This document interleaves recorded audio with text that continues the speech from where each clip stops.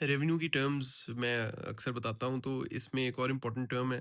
आपको पता होगा कि रेवेन्यू में जो फ़र्द होती है, सिर्फ़ फ़र्द खसरा गिरदावरी और जो ख़ातूनी नंबर, खसरा नंबर, ये तमाम चीज़ें सिर्फ़ इम्पॉर्टेंट नहीं होती हैं, अमूमन लोगों को इनका पता होता है। लेकिन इसमें इन तमाम चीज़ों से पहले जब हम पार्टीशन के लिए जाते हैं, तो एक और चीज़ इम्पॉर्टेंट होती है, बल्कि काफ़ी चीज़ें इम्पॉर्टेंट होती हैं। उनमें से आपको 3 आज बताता हूँ। नक्शा अलिफ़ इम्पॉर्टेंट, नक्शा अलिफ़ में जो पटवारी होता है, जब तहसीलदार के पास आप पटिशन की एप्लीकेशन देते हैं, तो वो पटवारी को मार्क करता है और पटवारी नक्शा अलिफ बनाता है। नक्शा अलिफ में वो लोगों के जो रिकॉर्ड ऑफ राइट्स होता है जमाबंदी से लेके जो उस रेफरेंस नंबर के साथ लिखता है कि उनके कितने-कितने वहाँ पे उस जो आपकी खसरा है गिरदावरी में आपके कितने लैंड उस एरिया में फ़ॉल करता है। वो नक्शा अलिफ है। ये वो स्टेज है जहाँ पे आपने जो है वो, अगर आपको कोई एतराज़ है उसकी, ये सिर्फ़ वहाँ से लेके यहाँ पे लिखता है। अगर आपको कोई एतराज़ है तो आपने एक एप्लीकेशन पटवारी के पास देनी है। नक्शा बे उसके बाद इश्यू होता है, अलिफ़ के बाद।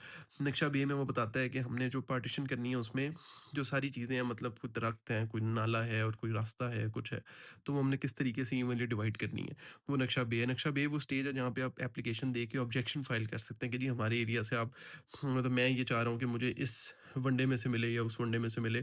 ये वनडे डिवाइड होते हैं, मतलब नक्शा अलिफ में जो वनडे बने वही नक्शा बे में वो बताता है कि इस वनडे में से ये वनडे नंबर 1 में हमने ये 5 को-शेरर डाल दिए, जो 2 है उसमें हमने ये 6 को-शेरर डाल दिए, जितने को-शेरर्स हैं उनको वनडे डिवाइड हो जाते हैं। और नक्शा जीम फाइनल वनडे होते हैं।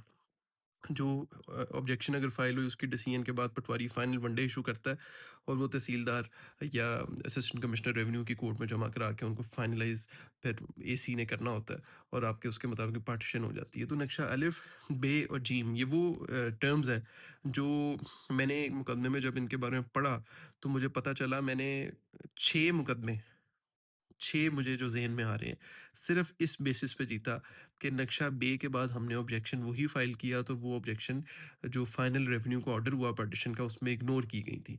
तो बड़ी इम्पोर्टेंट होती है कि हम अक्सर रेवेन्यू जब हमारी डिवीज़न करता है, उसके बाद ही हम उसको चैलेंज करते हैं, लेकिन हमें ये भी पता होना चाहिए कि नक्शा बे के बाद हम ऑब्जेक्शन फ़ाइल करें, तो वो ज़्यादा आसानी से एंटरटेन होती है, क्योंकि वो एक इनफॉर्मल स्टेज होती है, जहाँ पे अभी चीज़ें फाइनलाइज़ नहीं हुई होती हैं और किसी के एडवर्स राइट्स क्रिएट नहीं हुए होते। जब हम बाद में करते हैं तो जो एडवर्स राइट्स होते हैं, मतलब उनको जो वो वो मिल जाता है, वारंट दखल मिल जाता है, उनको कब्ज़ा मिल जाता है, लोगों के एडवर्स राइट्स क्रिएट होते हैं, तो इसलिए कोर्ट्स या जो हमारे अदालतें हैं वो इसमें एंटरटेन करने से और उनको वो राइट्स देने से गुरेज़ करती हैं और बड़ी मुश्किल से उनको कन्विंस करना पड़ता है। लेकिन अगर नक्शा बे की स्टेज में हम अपनी कंटेंशन्स को रेज़ करें तो उनको जो है वो इम्प्लीमेंट कराना और उसको हम चैलेंज करना बड़ा आसान हो जाता है और हम पटवारी को कन्विंस कर सकते हैं, रेवेन्यू ऑफिशियल्स जितने हैं उनको कन्विंस कर सकते हैं कि वो नक्शा जो जिम बनाने लगे हैं उसमें हमारे राइट्स को